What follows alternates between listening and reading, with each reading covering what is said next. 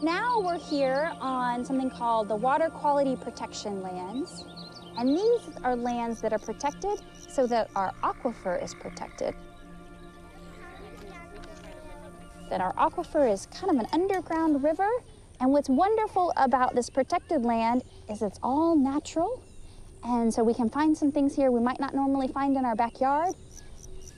All the water, when it rains here, it lands on the ground and ends up at a place really close to where your school is. Barton Springs.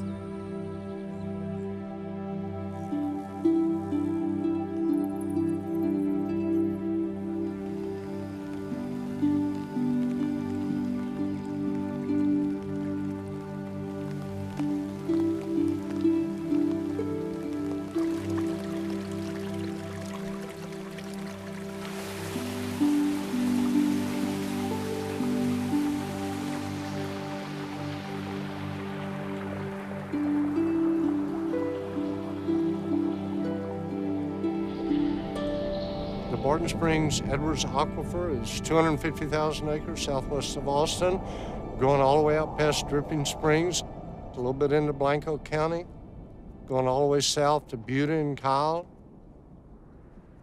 That water sometimes would travel many miles over the aquifer, through the aquifer, before it came out in Barton Springs pool.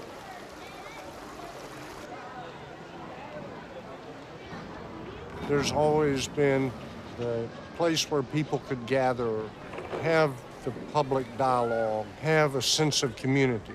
That public common ground in Austin has always been Barton Springs. So I grew up understanding, not as a scientist, but as someone who swam in the pool every day, it really and truly was something that we could all value and appreciate. And I would see the fish and all the beautiful plants, and it was crystal clear. Then we would see days when the pool was a little bit cloudy because there was some construction. And then the silt was getting into the aquifer and coming out of Barton Springs in the pool. So when the plants began to disappear and the wildlife in the pool began to change, we took that very personally.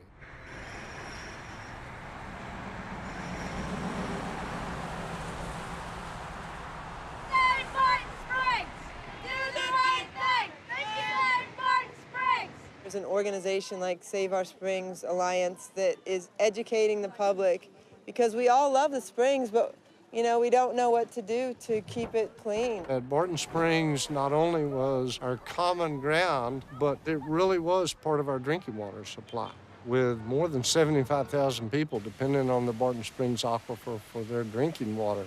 So we really did have to talk about the aquifer and not just Barton Springs. It's 2 counties, several cities. How are we going to address such a huge area? We have a problem. What's the logical step? Limit development on the watershed. Move it. Move the development off of the watershed. And I support the strongest possible protection for the Edwards Aquifer and for Barton Springs. That initial will was really born out of that citizens movement that came to City Hall and stayed up till 2 o'clock in the morning and said, we don't want this development impacting Barton Springs. If you build over the aquifer, you will pollute our water supply. And I think it was the realization of going to the science people and say, okay, what sort of regulations is going to do it? And the science people saying, you don't understand. The land you have to protect is so far out of your regulatory area, you cannot regulate in other jurisdictions. If you want to protect it, you're just going to have to buy it. And at that moment in time, the public demand was, if the land's for sale, let's buy it.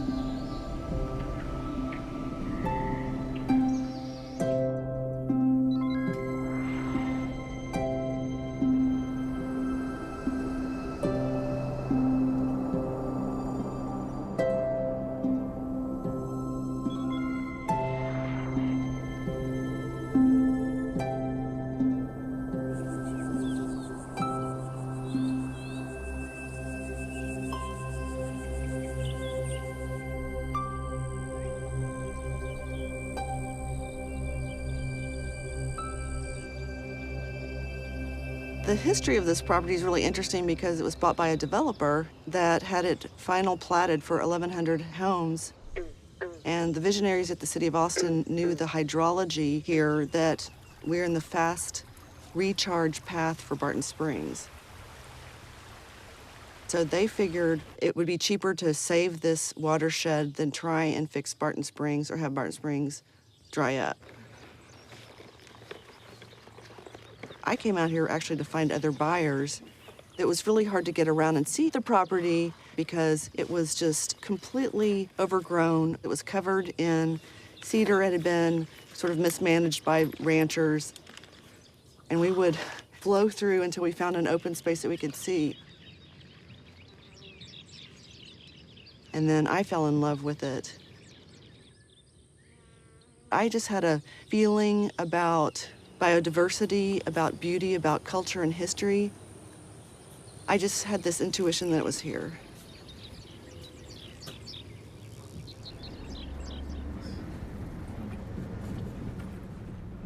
When I first bought the property, one of my goals was to bring it back to its state that would have looked like it was 1,000 years ago. With mechanical clearing with my bobcat and the use of fire and overseeding native grasses, we're getting really close.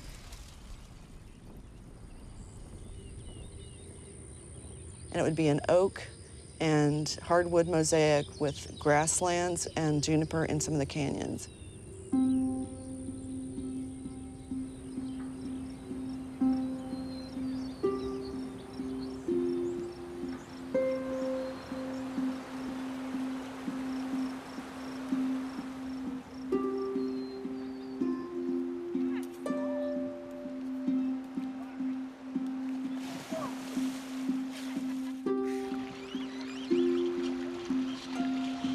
So I figure the water temperature is like 55. It definitely makes Barton Springs feel warm on a day like today. Over 30% of the water that ultimately comes out of Barton Springs originates here in Onion Creek, almost 20 miles from Barton Springs. This is Swallet, one of those super important caves that's underneath the creek bed that takes a tremendous amount of water in the aquifer. In the Barton Springs recharge zone, this is the means of water getting underground. If it doesn't get underground in the recharge zone, it's not able to get in the aquifer. The water is super high quality, which is important because it only takes 3 days to get to Barton Springs. So what goes into the ground is almost exactly what comes out of the ground at Barton Springs. We're doing what the voters asked us to do in 1998, in 2006, and in 2012 with those bonds that said, buy land to protect Barton Springs. We've taken it the additional step of saying we're gonna manage this right so that we keep these natural functions functioning as they have for literally millennia, 10,000 plus years.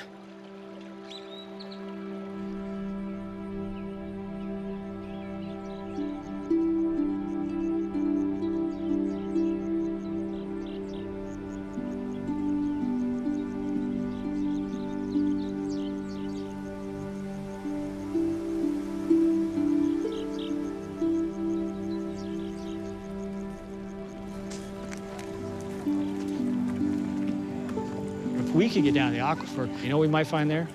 Salamanders. So we can't see them now because the water table is so far down, they never come up that far. But if we could get down to the aquifer, there's only 100 feet before we would actually be sitting on top of that aquifer. When this land sold, this could have had up to anywhere between 80 to who knows how many houses on it. By buying this property and protecting it, it's preventing some of that suburbanization that would otherwise occur right here on this important part of the recharge zone. So these are really some of the most important lands to protect.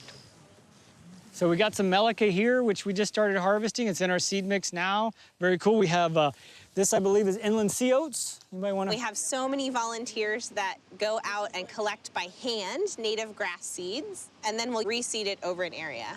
And so in doing that, People are helping to contribute to this habitat restoration, but at the same time, they're getting to know one another, they're getting to interact with the biologists that care for this land, they're learning how to identify different native grasses.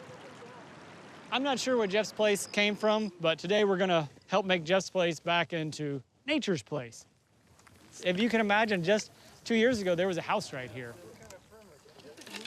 We can still see some of the gaps on the ground, so we're filling in those things, but the whole idea being we don't want bare ground that can erode, that can lead to sedimentation, that can go into the creek and make the creek less pristine.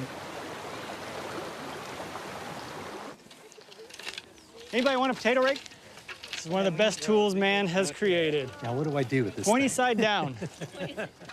By having that dense collection of grasses and roots, we can keep that water as clear as it is going down into the caves or into recharge features that then come out of Barton Springs.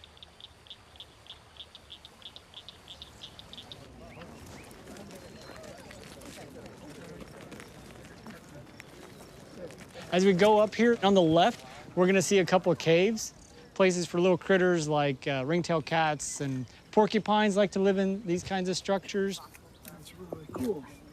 You know, when people live on the land, and Mr. Searcy lived here for almost 30 years, you develop an affinity for it, you develop an appreciation for it, you stop to think, what will be my legacy? And just turning it into a lost oasis hollow or a once upon paradise lane, you know, this is more like a place that still existed, not just as a memory, but a place that's real. Kind of like we predicted as a possibility for the hike with 40 eyes, we have a new cave right here. So never documented before, we just found it. We don't know how big it is, how small it is, whatever it is, but it's also like ideally located right in a streamway, which means this can take more water than the cave normally could. It means it has a whole drainage basin upstream. I'm excited to see what that's gonna grow into, Kevin. Me too. I bet there's gonna be a volunteer project involved, but it's really cool to find it.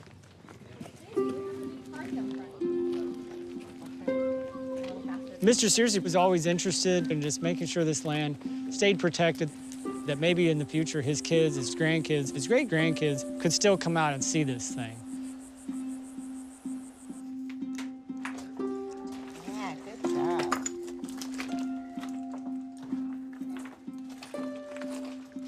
So what have you noticed since you came inside this cave? Rocks. Rocks, lots of rocks. Why are they so slippery? The mud from rain. But we're underground. How did the rain get in here? From the hole. The hole. Yep. Which hole? The hole on top that we climbed through. Mm-hmm. Did you actually leave it open? I did leave it open. Do you think it only came through that hole? How else could it get in here, that water? By the drops. I see a drip right above your head that's coming in to the cave. Over here. Yeah, that's another way that water gets into the cave. It comes all the way through the ground. Oh, it might take a long time to drip to you. It did. It did. Sometimes we'll look up at the ceiling and see roots with some drops of water on them and see that the plants are helping to get that water underground and eventually into the aquifer. It's interesting to think about where's the water coming from that we are climbing through the mud that it's made, and how does it impact the cricket that lives here or the millipede that I found or the scorpion on the ceiling. And so once we start thinking about Barton Springs ourselves swimming there, and we start thinking about the salamanders that really rely on those springs, that connection becomes a little bit stronger between what's happening right in your own schoolyard or right in your own lawn and how that affects the springs. And it's holding me. It's walking on me. You did. It looks like a little spider. Look at that. Where can you want to set him down somewhere?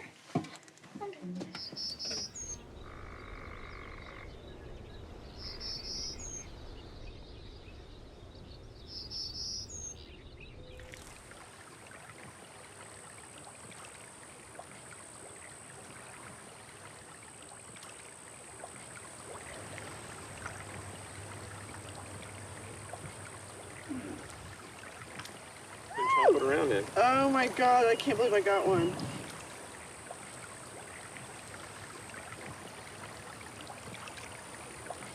They determined that it was actually a Barton Springs salamander, which opened up a whole new sort of study of distribution of populations and genetics. So that was another just diamond that we found here that we had no idea was here. This is a site that we now know, based on genetic data, is the southwesternmost site for Barton Springs salamanders. So I'm doing a kind of a fine-scale population genetic analysis to try and figure out kind of patterns of migration and how many salamanders there are. Kind of trying to see, you know, whether or not salamanders are moving among these different sites. I mean, we kind of assume they are, but we don't really know. These are all very big, healthy salamanders. We had no idea that there was a salamander here. We have warblers here, I've heard them. We had no idea that there was an endangered bird here. And who knows what else science that's gonna pop up that we don't know about. And so it really does sort of put things in perspective of how impactful this recent history has been on our environment. I sometimes come and sit on the Indian middens, which are perhaps 5,000 years old. And I think of people who lived in harmony with their land and basically left it for us.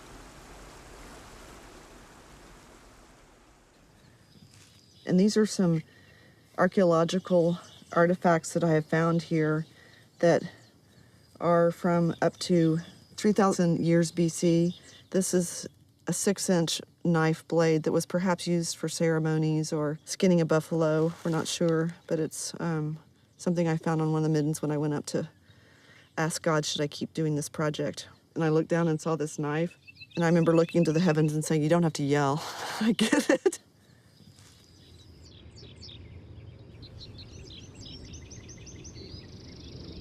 The plans for this ranch to be developed with 1,100 homes would have been to bulldoze all karst features, including the cave with bats in it, and bulldoze the archaeological site. That one burial ground would have been a driveway. So I feel pretty happy to have been part of that effort to save some history and some souls, you know.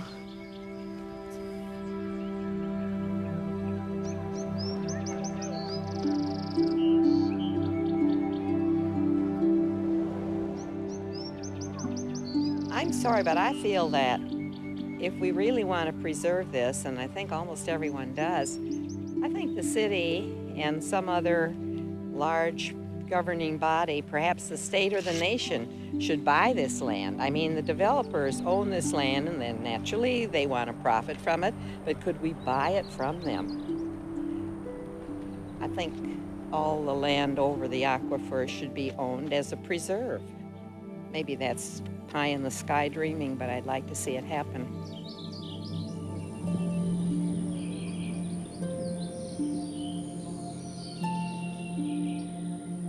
The actions we took almost 20 years ago to start protecting these lands have made a difference. With the water quality protection lands, we protect about 25% of the recharge zone, but only 7% of the contributing zone.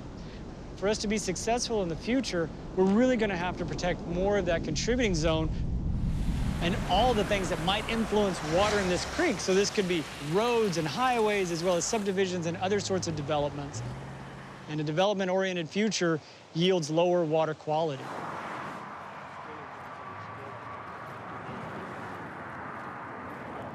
Just what I'm looking for. I do want you to know how important it is that you're part of the early work on the Violet Crown Trail. It is going to be a regional trail from Zilker Park, which is roughly 5 miles that way, all the way down into Hayes County. Ready for work. Through voter education, through voters approving many bonds for open space, parks, and trails, we've got almost 50,000 acres preserved in perpetuity. That's a fifth of the aquifer that the community has protected just in the past 25 years.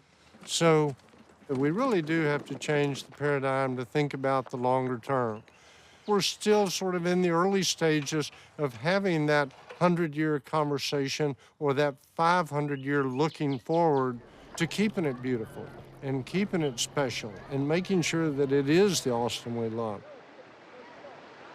And Austin and Central Texas is really behind the curve. Nebraska has like a tax on canoe rentals that goes to open space. And Colorado, of course, has been groundbreaking in their funding. You can go catch a trout in 5 minutes in Boulder, Colorado.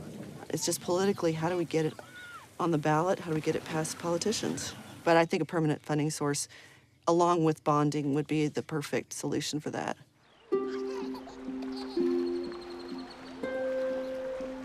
And so we are conserving the watershed, but we're also, there's so many corollary benefits to preserving Central Texas land, and that's our culture, endemic species, endangered species, and then just our lifestyle, our Texasness. I mean, it really is not just about Barton. It's about keeping a healthy harmony of all the living beings together.